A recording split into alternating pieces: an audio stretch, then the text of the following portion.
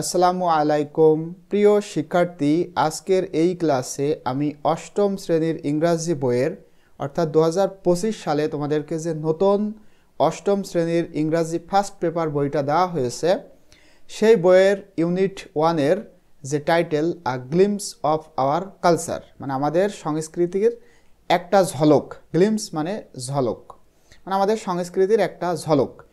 এই যে টাইটেল, এই ইউনিটের যে লেসন 1 রয়েছে সেইটা নিয়ে আলোচনা করব। অর্থাৎ লেসন 1টা হচ্ছে পিপলস মিউজিক, মানে মানুষের যে সঙ্গীত। সেখানে যা যা রয়েছে ইনশাল্লাহ সব কিছু নিয়ে আমরা এই ক্লাসে আলোচনা করব।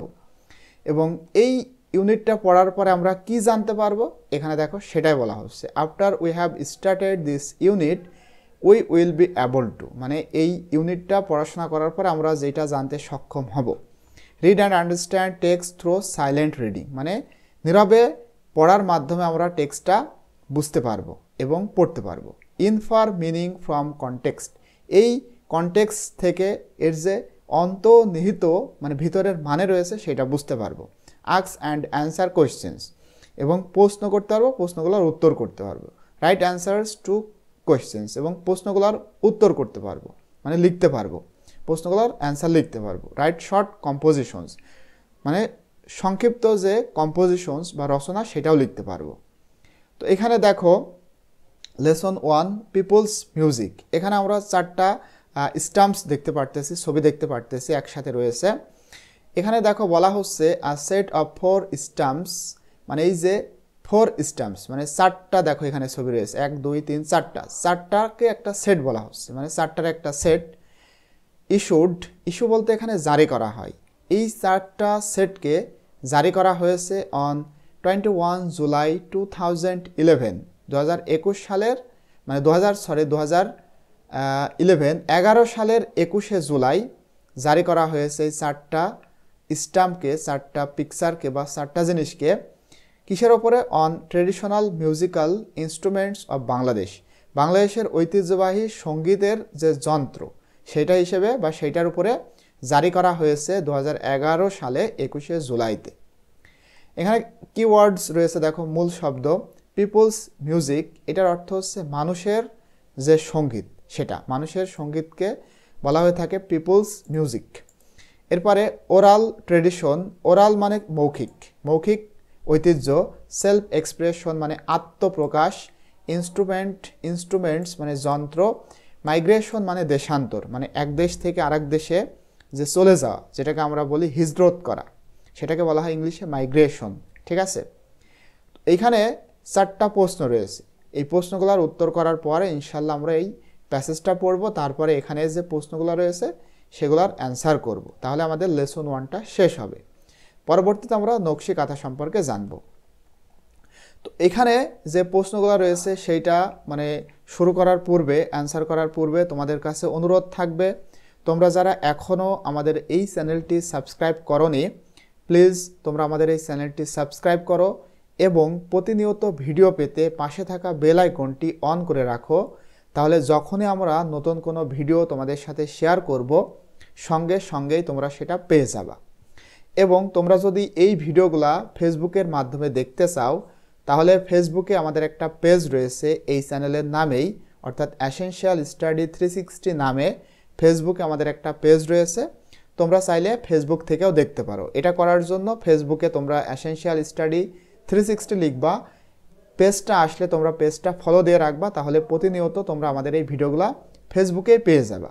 আবার এসেনশিয়াল স্টাডি 360 নামে কিন্তু আমাদের একটা ফেসবুক গ্রুপ রয়েছে, তোমরা আমাদের এই গ্রুপে যোগদান করবে এবং তোমাদের সমস্যা নিয়ে বিভিন্ন রকম পোস্ট করবে। আমরা চেষ্টা করব তোমাদের সমস্যাগুলো ইনশাল্লাহ সলভ করার জন্য। এছাড়াও কিন্তু আমাদের একটা চ্যানেল রয়েছে, তোমরা হয়তো অনেকেই জানো, ES 360 কিডস নামে। তোমাদের কাছে অনুরোধ থাকবে তোমরা আমাদের এই চ্যানেলটিকেও সাবস্ক্রাইব করে দিবে। তো দেখো এখানে যে 4টা প্রশ্ন রয়েছে, এই প্রশ্নগুলোর উত্তর আমি অলরেডি তোমাদের জন্য অত্যন্ত সুন্দর করে এখানে লিখে রেখেছি, আশা করি তোমরা খুব সহজেই বুঝতে পারবা। তো প্রথম যে প্রশ্ন সেটা হচ্ছে what kinds of music do you hear in your daily life, মানে তোমার প্রত্যাহিক জীবনে তুমি কোন ধরনের বা কোন প্রকারের বা কী প্রকারের মিউজিক বা সঙ্গীত শুনে থাকো। আর they related to your family traditions or culture, সেগুলা কি তোমার পরিবারের যে ঐতিহ্য অথবা সংস্কৃতি সেগুলোর সাথে রিলেটেড বা সম্পর্কিত কি না জানতে চাওয়া হচ্ছে। মানে কোন ধরনের মিউজিক শুনে থাকো এবং সেগুলো তোমার ফ্যামিলির যে ঐতিহ্য রয়েছে সংস্কৃতি রয়েছে সেটার সাথে সম্পর্কিত কি। তো এই প্রশ্নের উত্তরে আমরা কিন্তু বিভিন্ন রকম অ্যান্সার করতে পারি।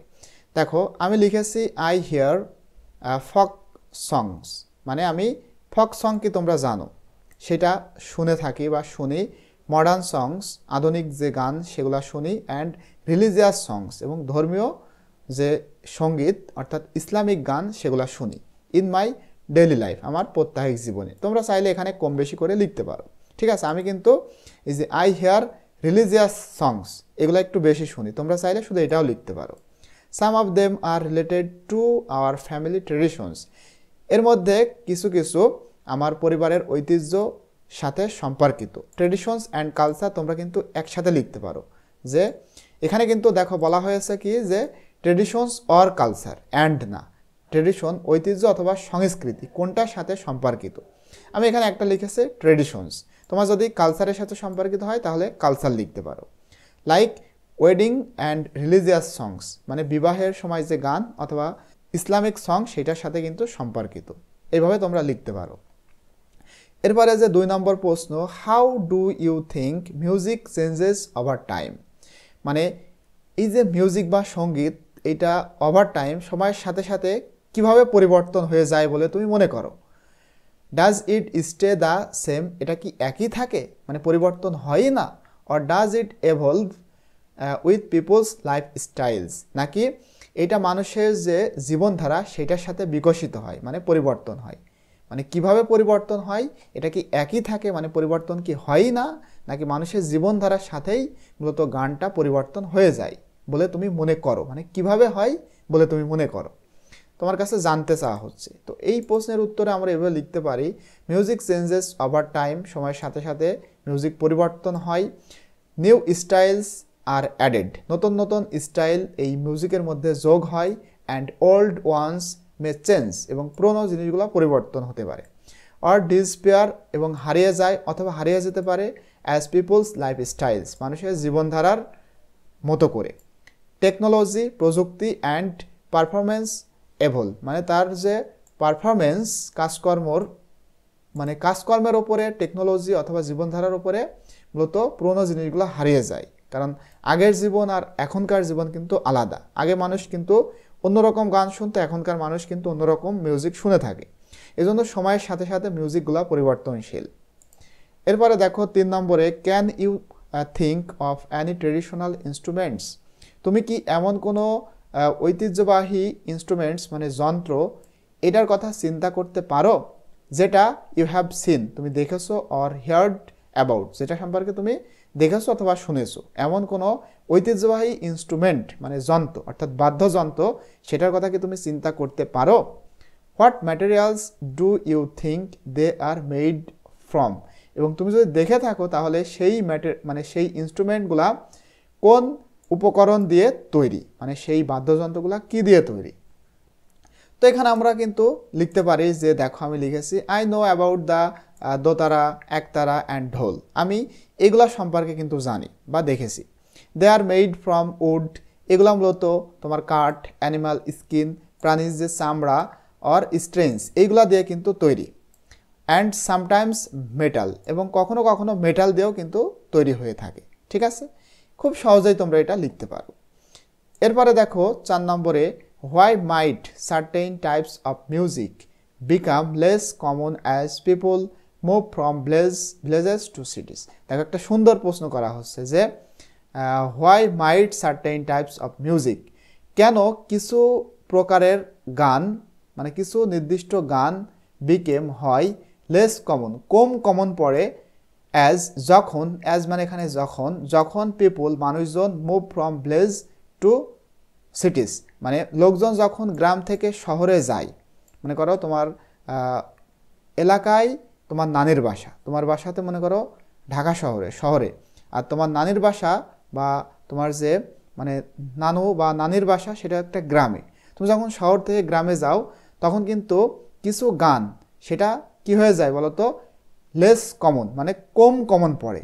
আবার তোমার বাসা মনে করো একটা গ্রামে, খুবই গ্রামে, গ্রামের মানুষ যে সমস্ত গান শোনে শহরের মানুষ কিন্তু সেই গান শোনে না।